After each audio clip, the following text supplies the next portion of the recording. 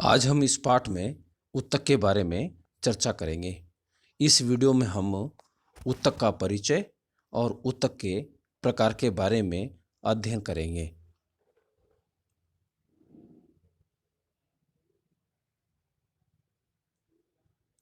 ऊतक का परिचय, जैसा हमने पिछली कक्षाओं में कोशिका के बारे में अध्ययन किया था। कोशिकाएं हमारे शरीर की संरचनात्मक व क्रियात्मक इकाई होती है और इन कोशिकाओं के द्वारा ही सभी प्रकार के जीवों का निर्माण होता है।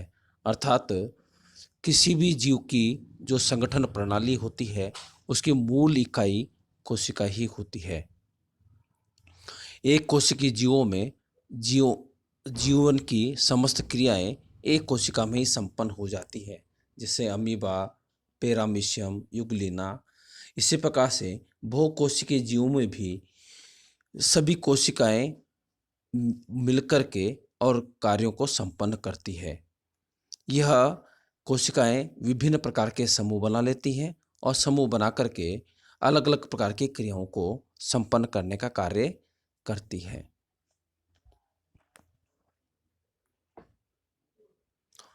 जिस प्रकार से कोशिकाओं का समूह ऊतक होता है, ऊतकों से मिलकर के अंगों का निर्माण होता है, अंग मिलकर के अंग प्रणाली अर्थात तंत्र का निर्माण होता है और तंत्र मिलकर के जीव का निर्माण करते हैं। अर्थात ऊतक कोशिकाओं के ही समूह पाए जाते हैं। समान प्रकार की कोशिकाएं किसी विशेष कार्य को संपन्न करने के लिए समूह का निर्माण कर लेती है। उस समूह को ही ऊतक कहा जाता है। यह सामान्यतः सभी अंगों में अलग अलग प्रकार के ऊतक पाए जाते हैं।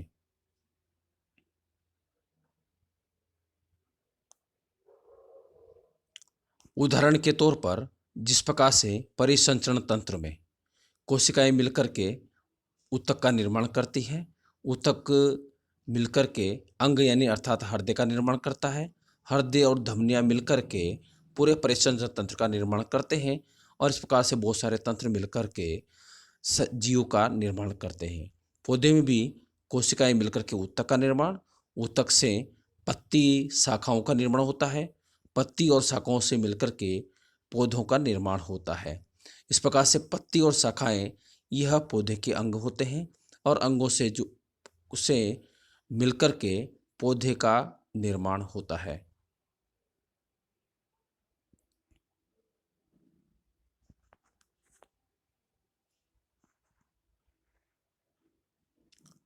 अब हम पढ़ते हैं ऊतक के प्रकार के बारे में।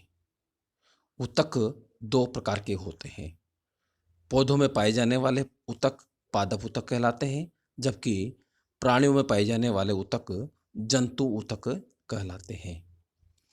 पादप ऊतक और जंतु ऊतक सामान्यतः समान नहीं होते हैं, दोनों में काफी भिन्नताएं होती हैं। जंतु ऊतक में विभिन्न प्रकार की कोशिकाएं अलग अलग प्रकार से अपना कार्य करती है। इसी प्रकार से पौधे में भी विभिन्न कोशिकाएं के जो समूह होते हैं अर्थात ऊतक होते हैं जो विभिन्न प्रकार के अलग अलग कार्य करती हैं। ये ऊतक अलग अलग प्रकार से इस प्रकार से होते हैं क्योंकि दोनों में ही क्रियाओं में सामान्यतः अंतर होता है। मनुष्य में खाना, अध्ययन करना, पढ़ना, खेलना, गति करना ये सामान्यतः क्रियाएं होती हैं, जबकि पौधों में इस प्रकार की क्रियाएं नहीं होती है और इस कारण से ही दोनों प्रकार के ऊतकों में भी सामान्यतः अंतर दिखाई देता है। दोनों की कार्य प्रणालियां भी अलग अलग प्रकार की होती है। पौधे सामान्यतः अपने जीवन में हमेशा नियत स्थान पर बने हुए रहते हैं। पादप ऊतक दो प्रकार के होते हैं, विभजोतक ऊतक और स्थायी ऊतक। जंतु ऊतक चार प्रकार के होते हैं, इपिथीलियमी ऊतक, संयोजी ऊतक, पेशीय ऊतक व तंत्रिका ऊतक।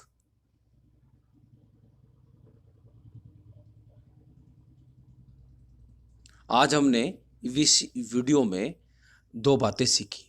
ऊतक क्या होते हैं और ऊतकों के प्रकार क्या क्या होते हैं। अब हम पढ़ते हैं ऊतक का भाग 2।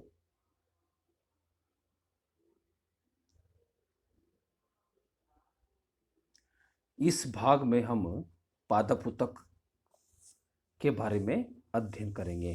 पादप ऊतकों के प्रकार के बारे में और उनके कार्यों के बारे में भी अध्ययन करेंगे।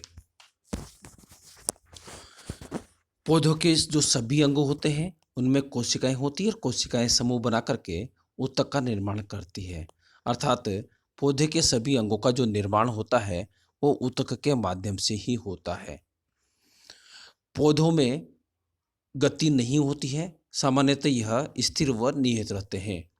इन्हें भी जीवित रहने के लिए ऊर्जा की आवश्यकता होती है, परंतु जंतुओं की अपेक्षा कम ऊर्जा की आवश्यकता होती है। अधिकांश ऊतक मृत होते हैं और इनका विकास सीमित क्षेत्र तक ही रहा करता है।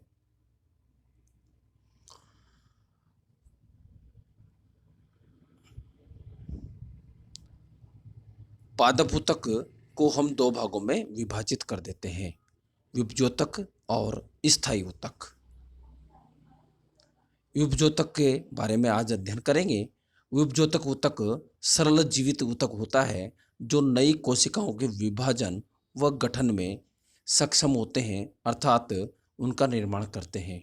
यह सामान्यतः जड़ों में और शाखाओं के ऊपरी भागों में अर्थात शीर्ष भागों में पाए जाते हैं। विभजोतक को भी हम तीन भागों में विभाजित कर सकते हैं, शीर्षस्थ विभजोतक, अंतर्विष्ट विभजोतक और पार्श्व विभजोतक। जिस प्रकार से चित्र में दिखाया गया है, पौधे के जो सबसे ऊपरी भाग है जहाँ पर वृद्धि होती है शीर्षस्थ विभजोतक कहलाता है। अंतर्विष्ट विभजोतक जो सामान्यतः बीच में होता है और पार्श्व विभजोतक सबसे नीचे की ओर इसमें रहा करता है। शीर्षस्थ विभजोतक ये जड़ों और शाखाओं की बढ़ती युक्तियों पर मौजूद होता है। जड़ व तनों को बढ़ाव की ओर ले जाने का कार्य करता है। पौधे की प्रारंभिक वृद्धि में भी यह मदद करता है। अर्थात पौधे के शीर्ष भागों में पाए जाने वाला या पौधे के विभिन्न भागों के शीर्ष में पाए जाने वाला यह ऊतक है। इनकी कोशिकाओं में लगातार विभाजन होता रहता है, जिससे यह लगातार विकास करते रहते हैं और पौधा छोटे से लगातार धीरे धीरे वृद्धि करते हुए बड़ा होता हुआ चला जाता है। अंतर्विष्ट विभजोतक यह सामान्यतः इंटरनोड्स पर्व संधियों में पाए जाते हैं। इसके द्वारा यह विकास के दौरान पौधे की मोटाई में अर्थात अनुदैर्ध्य विकास में यह मदद करता है। यह सामान्यतः शीर्षस्थ विभजोतक के पीछे वाला भाग हुआ करता है, जो पौधे की लगातार मोटाई में वृद्धि अर्थात अनुदैर्ध्य विकास में मदद करता है।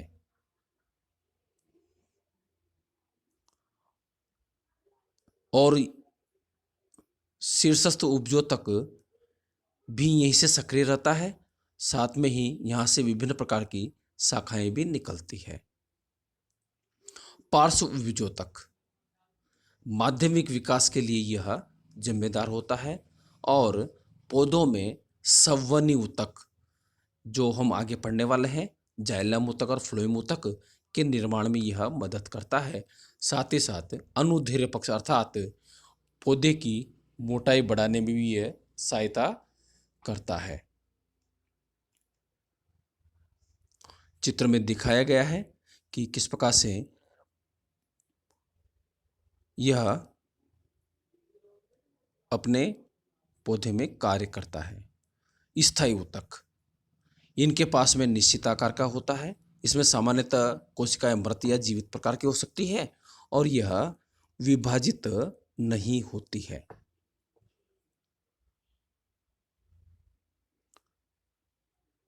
स्थायी ऊतक दो प्रकार के होते हैं,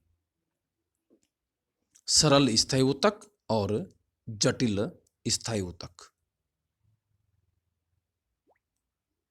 सरल स्थायी ऊतक में एक ही प्रकार की कोशिकाएं पाई जाती हैं और एक ही प्रकार की कोशिकाएं मिलकर के यह समूह का निर्माण करती हैं, जबकि जटिल या स्थायी ऊतक में दो या दो से अधिक प्रकार की कोशिकाएं पाई जाती हैं। सरल स्थायी ऊतक। सरल स्थायी ऊतक दो प्रकार का होता है, सुरक्षात्मक ऊतक और सहायक ऊतक। सुरक्षात्मक उपाय में एक ही प्रकार की कोशिकाएं होती हैं जो सामान्यतः पौधों की ऊपरी स्तर पर पाई जाती है। सुरक्षात्मक ऊतक के दो भाग होते हैं, इपिडर्मिस और कार्क फेलेलम। इपिडर्मिस किसी भी पौधे की बाहरी परत का निर्माण करती है, जिस प्रकार से पत्ती और फूल जड़ों के अंदर में होता है। यह पौधे को संक्रमण से बचाने का कार्य करती है। एपिडर्मिस के ऊपर ही मोमी परत होती है, मोम जैसे पदार्थ की परत होती है जो पौधे को विभिन्न प्रकार के वातावरणीय परिवर्तनों से बचाने का कार्य करती है। इस प्रकार से यह एपिडर्मिस पौधे के लिए सुरक्षात्मक आवरण का निर्माण कर देती है। इसके नीचे की दूसरी परत होती है कार्क या फेलेलम।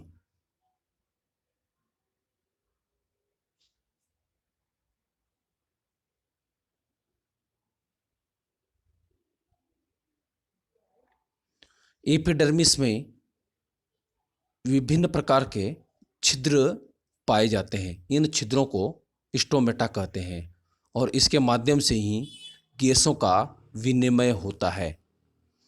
यह स्टोमेटा जो होते हैं विशेष प्रकार से गुर्दे के आकार के या सेम के बीज के आकार के होते हैं। इनके चारों ओर दो कोशिकाएं होती हैं जिन्हें हम द्वार कोशिकाएं कहते हैं। जब यह स्टोमेटा अर्थात छिद्र खुल जाते हैं तो इनमें से गैसों का आवागमन होने लगता है। दूसरा सुरक्षात्मक ऊतक है कार्क या फेलेलम। यह पौधे की जो छाल होती है उस छाल का निर्माण करता है, जिससे पौधे को यह मजबूती प्रदान करता है। इसकी कोशिकाएं मृत प्रकार की होती हैं और इनमें कोई अंतर कोशिकीय स्थल नहीं पाया जाता है। इस छाल का उपयोग कई प्रकार के निर्माण कार्यों में जैसे क्रिकेट बॉल में, टेबल टेनिस में आदि बनाने में काम में लिया जाता है। पौधे जब तेज हवाओं में लहराते हैं तब यह कॉर्क या फेलेलम ही उसकी मजबूती को प्रदान करते हैं और पौधे को या पौधे की शाखाओं को टूटने से रोकने का कार्य करते हैं।